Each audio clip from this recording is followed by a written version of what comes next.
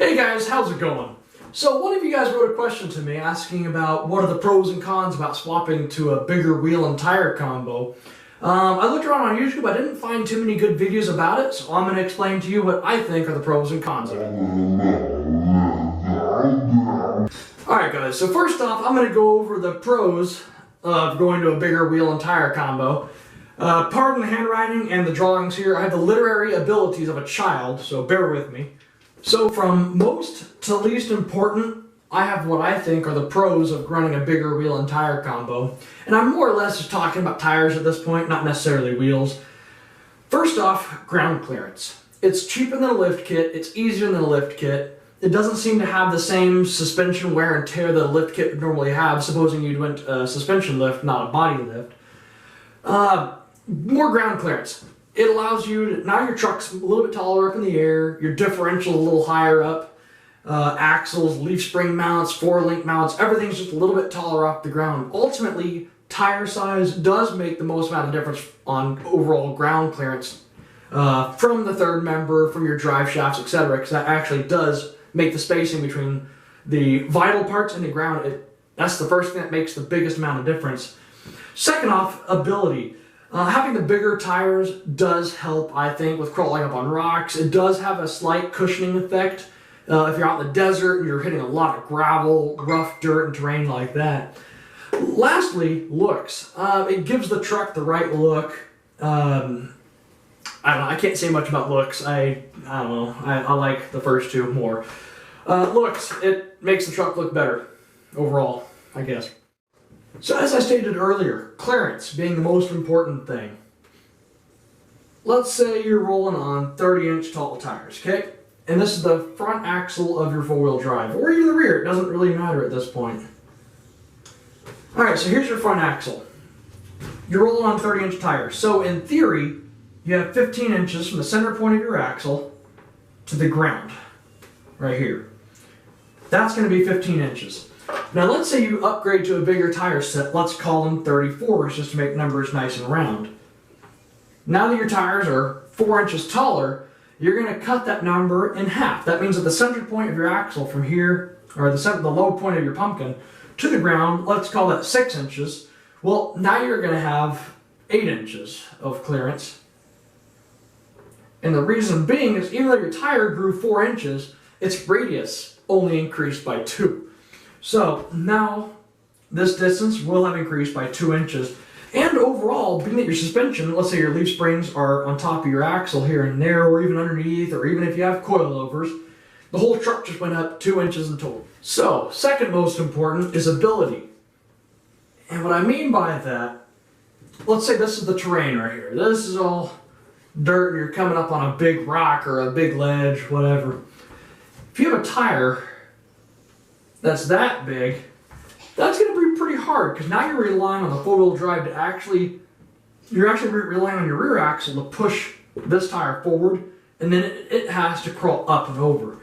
Now this is pretty dramatic here, but picture the same scenario. You're trying to crawl up on something and you're rolling on that big of a tire. Now it's just going to roll over in that little short of an area and super help it out. Kind of like the difference. Now let's say you're riding, let's say you're this happy dude right here, right? He's riding himself a bicycle. Okay, he's riding a bicycle. He hits a 6-inch round log. That's going to suck, but it's not going to be that bad. You could probably get over it. Now let's say that same 6-inch log that this unfortunate dude happened to come across with a skateboard. Obviously there's a massive difference in wheel size. And it's just going to hit the end of that log, and being that's below the center point, it's just going to tuck that wheel under, and it's not going to go anywhere. It's going to be pretty not good. So that covers ability. And I think looks is pretty self-explanatory. Let's say you have yourself a big old truck, right? And you got coilovers and king shocks and all that good stuff. You have wheels and tires like that, that's pretty suck-assy. You know, that's better. So that covers looks. Alright, so there are a couple really big things to come across when we're talking about cons, about going to a bigger wheel and tire combo. First off is mechanical disadvantage. Let's say you're running a 30-inch tall tire. Now out of that 30 inches, in theory again, you have 15 inches to your radius. Now that means you have 15 inches to the ground from the center point of your mechanical turning everything there. So let's say you upgrade to a 36-inch tall tire. Now you have that extra 3 inches in radius, 6 inches in diameter difference. Now, you take your original tire size, 30, divide it by your new tire size, 36. That's going to be 0.83.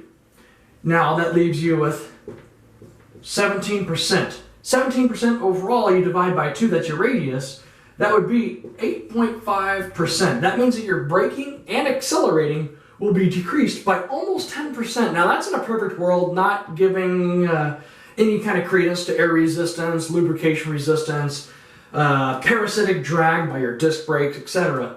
But just to give you a rough number, going up from a 30 to a 36-inch tall tire, you're going to disadvantage your entire stopping and driving force by 8.5% roughly. And the way people counteract that is either, well, the combination of the two, bigger brakes and switching from, let's say your truck has 373 gears from the factory.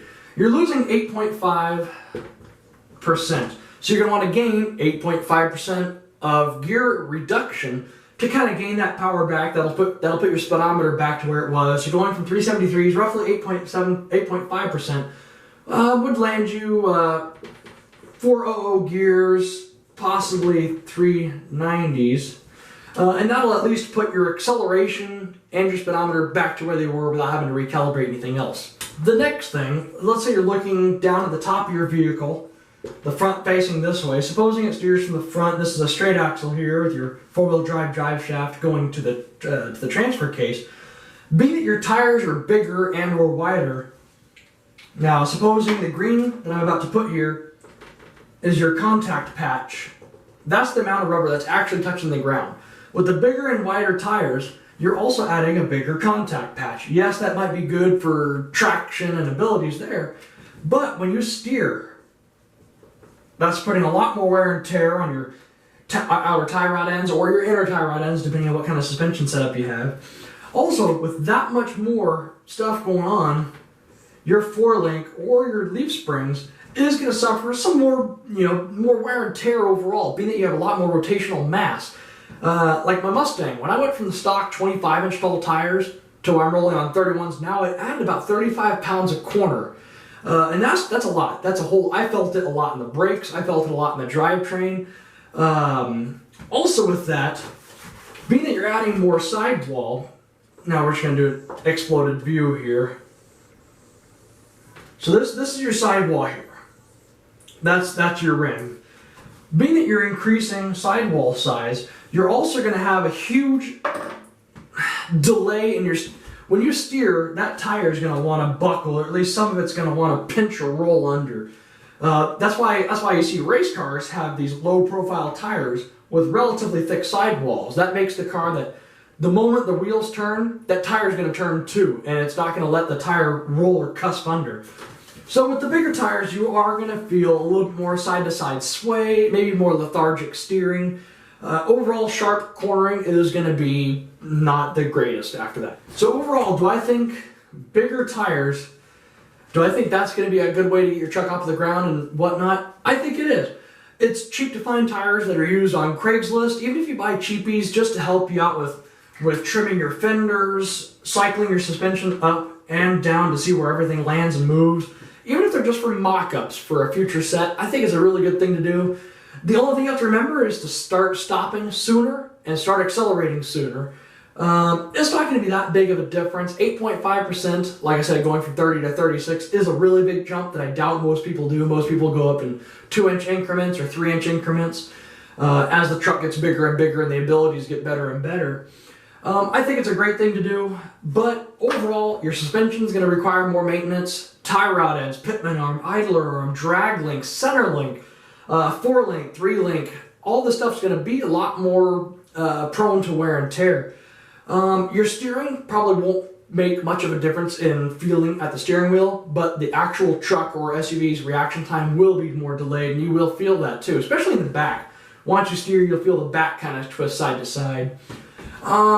Best bang for the buck? Yes, it is. I think it's the best, cheapest, most economical way to get your truck up off the ground and get you guys out in the trail.